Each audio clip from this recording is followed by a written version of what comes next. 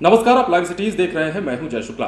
देखिए, ये कहने की बात तो नहीं है कि बिहार में स्वास्थ्य व्यवस्था की बदहाली हमेशा से चर्चा का केंद्र रहा है।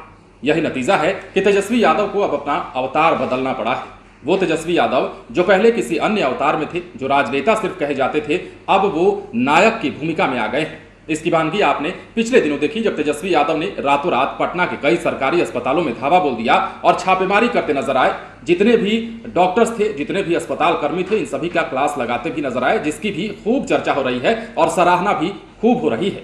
तेजस्वी यादव ने इसके तुरंत बाद ही बिहार के तमाम सिविल सर्जन के साथ एक बड़ी बैठक की और इसमें कई निर्देश दिए, 60 दिन का समय दिया और बताया कि आपको 60 दिन के अंदर ही बिहार की स्वास्थ्य व्यवस्था के हालात को जो है बदलना पड़ेगा। तेजस्वी यादव ने एक और ट्वीट किया है, जरा देखिए इसमें क्या लिखा है उन्होंने। लिखते हैं कि जिला सदर और बड़े अस्पतालों में 24 घंटे उचित स्टाफ के साथ हेल्प डेस्क स्थापित करने का आदेश दिया गया है, जिसमें मरीज भर्ती होने से लेकर एम्बुलेंस, शव वाहन, रेफरल की सहज और सरल सुविधा प्रदान करने के साथ साथ मृत्यु प्रमाण पत्र निर्गत करने की प्रक्रिया को भी सुगम बनाने का निर्देश दिया गया है।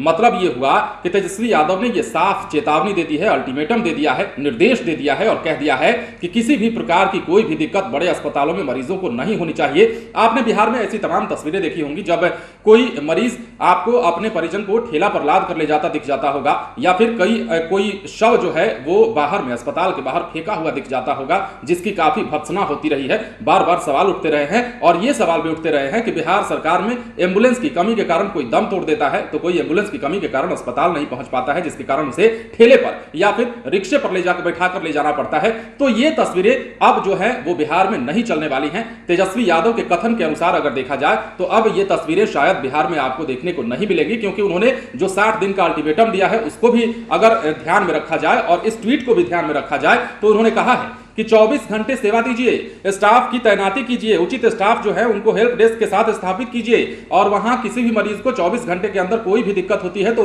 आप सदैव तत्पर रहिए इस बात के लिए कि उनको आप सेवा मुहैया कराएंगे, उनको इलाज मुहैया कराएंगे। आपने देखा होगा जब तेजस्वी यादव अस्पताल पहुंचते हैं तो अस्पताल की क्या व्यवस्था थी। ये सिर्फ एक अस्पताल की बात नहीं है, बिहार में ऐसे तमाम बड़े अस्पताल हैं, सरकारी अस्पताल है, जहां पर रात होते ही कुत्ता रोने लगता है। मरीजों का आता पता तो होता है लेकिन डॉक्टर का कोई ठिकाना नहीं होता है, कब डॉक्टर आते हैं, कब डॉक्टर जाते हैं, कब स्टाफ आते हैं, कब स्टाफ जाते हैं, आराम की जिंदगी जी रहे होते हैं। ऐसे में अब तेजस्वी यादव ने साफ चेतावनी देते हुए कह दिया है कि आपको 24 घंटे सेवा देनी होगी और 24 घंटे मरीजों के इलाज के लिए तत्पर रहना होगा। किसी प्रकार की कोई अगर परेशानी होती है तो फिर दिक्कत कर देंगे। देखिए, तेजस्वी यादव ने पिछले दिनों क्या कुछ किया आप सभी ने देखा। लाइव सिटीज के जो संवाददाता हैं आलोक, वो तमाम चीजों को कवर कर रहे थे, लगातार तेजस्वी यादव के साथ बने हुए थे। पीएमसीएच में जब तेजस्वी यादव 11 बजे रात को निकलते हैं अपने घर से, उस दौरान भी थे और इसके बाद जब गर्दनी बाग अस्पताल जाते हैं तब भी साथ थे और उसके बाद न्यू गार्डिनर रोड जब अस्पताल इनकम टैक्स के पास पहुंचते हैं तब भी साथ रहते हैं। और इन तमाम जगहों की तस्वीरें आपने देखी, किस प्रकार तेजस्वी यादव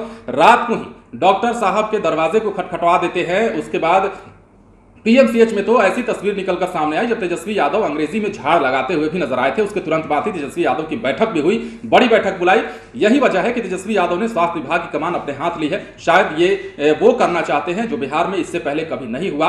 स्वास्थ्य व्यवस्था की जो बदहाली है, स्वास्थ्य विभाग की जो बदहाली है, उसकी तस्वीर बार बार देखने को मिलती रही है बिहार में। लेकिन अब शायद तेजस्वी यादव की इस पहल के बाद, तेजस्वी यादव की इस कड़ी चेतावनी के बाद बिहार में ऐसी तस्वीर आपको ना देखने को मिले।